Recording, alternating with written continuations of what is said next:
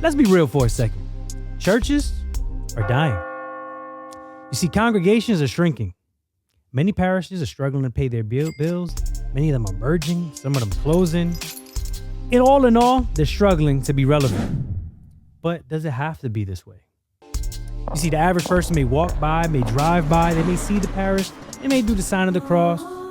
But how many of them feel like they want to get involved and go inside? You see, only 10% of Catholic teens would say that faith is a very important part of their lives. 80% of those who leave the church do this now. Studies are starting to say by the age of like 12, 13.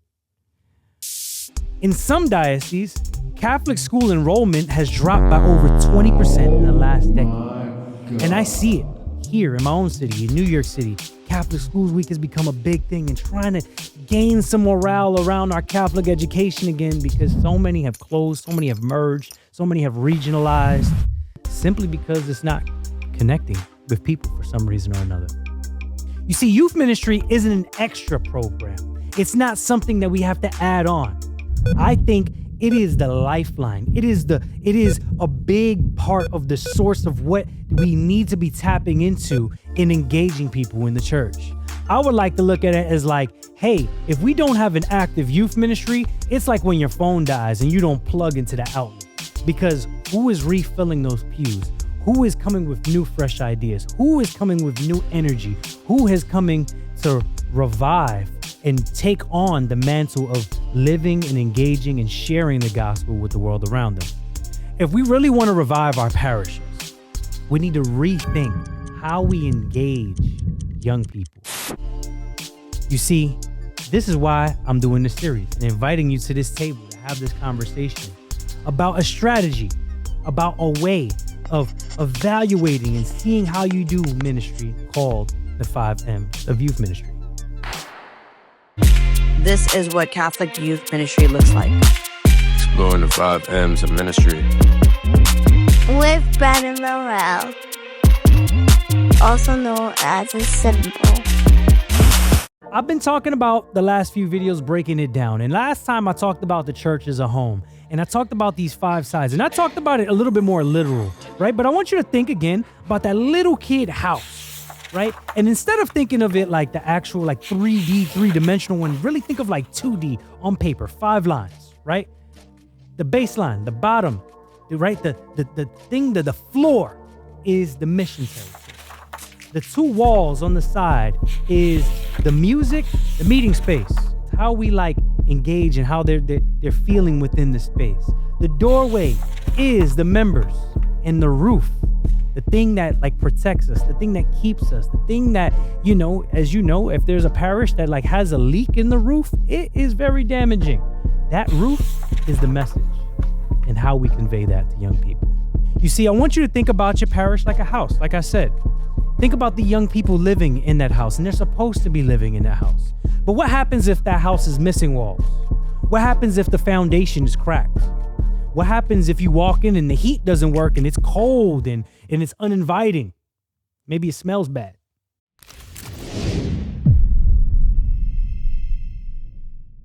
I want to pause for a brief moment to let you know that this series was brought to you and it was produced by Kari Films. Kari Films is a Catholic media production company whose mission is to capture the beauty of the Catholic faith.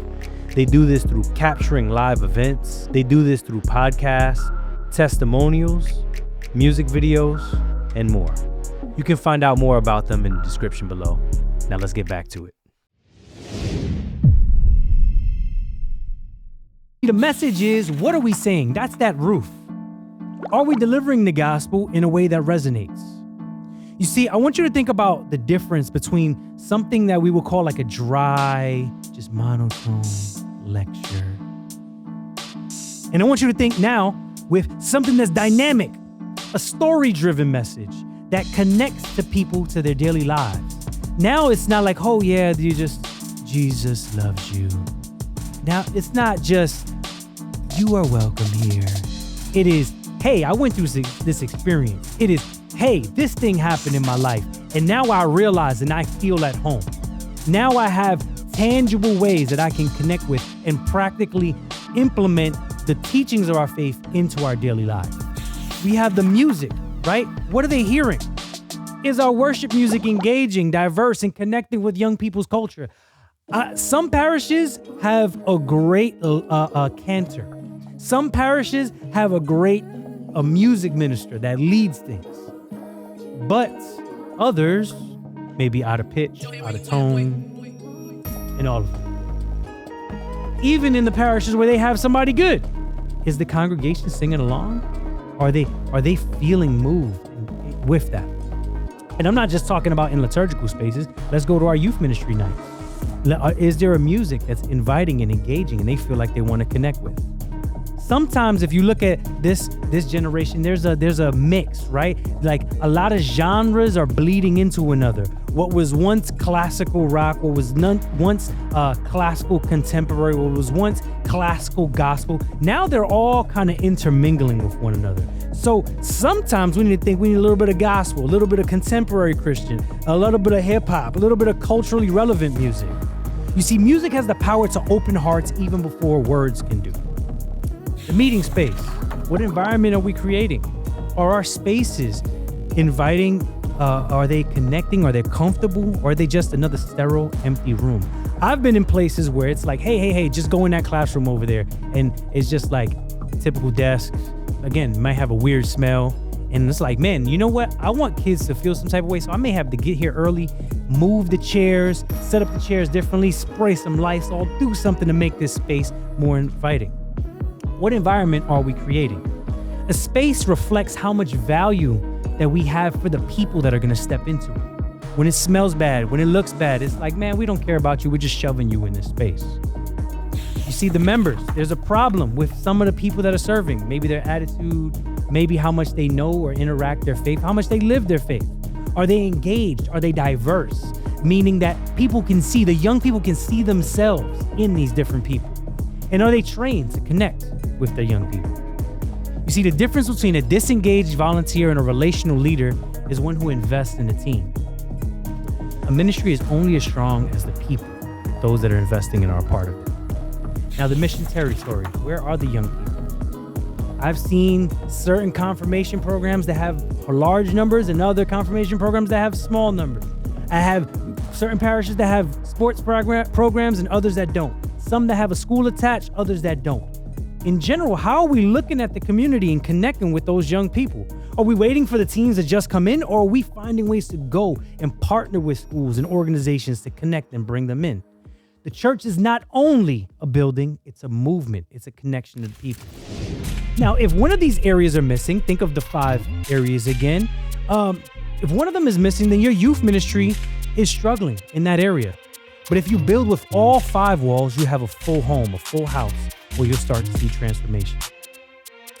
Now, I've been introducing to you guys these 5 M's, but man, over these next weeks, over these next times, I'm going to have guests. I'm going to break down these 5 a little bit more and start giving you some practical questions so you can evaluate where your ministry currently stands and how you can possibly start making the difference. I encourage y'all to like, to subscribe, to comment, to follow on social media, to go to my website, Be the Symbol, and sign up for the newsletter, because I'm working on this book and I think this will be a resource that would help. Matter of fact, in my own experience, I know if you have a framework, if you have a strategic way, you'll start seeing an increase in your youth ministry. Thank y'all for the 5 M's. This is part 3, and hope to see y'all in the next one. God bless. Peace.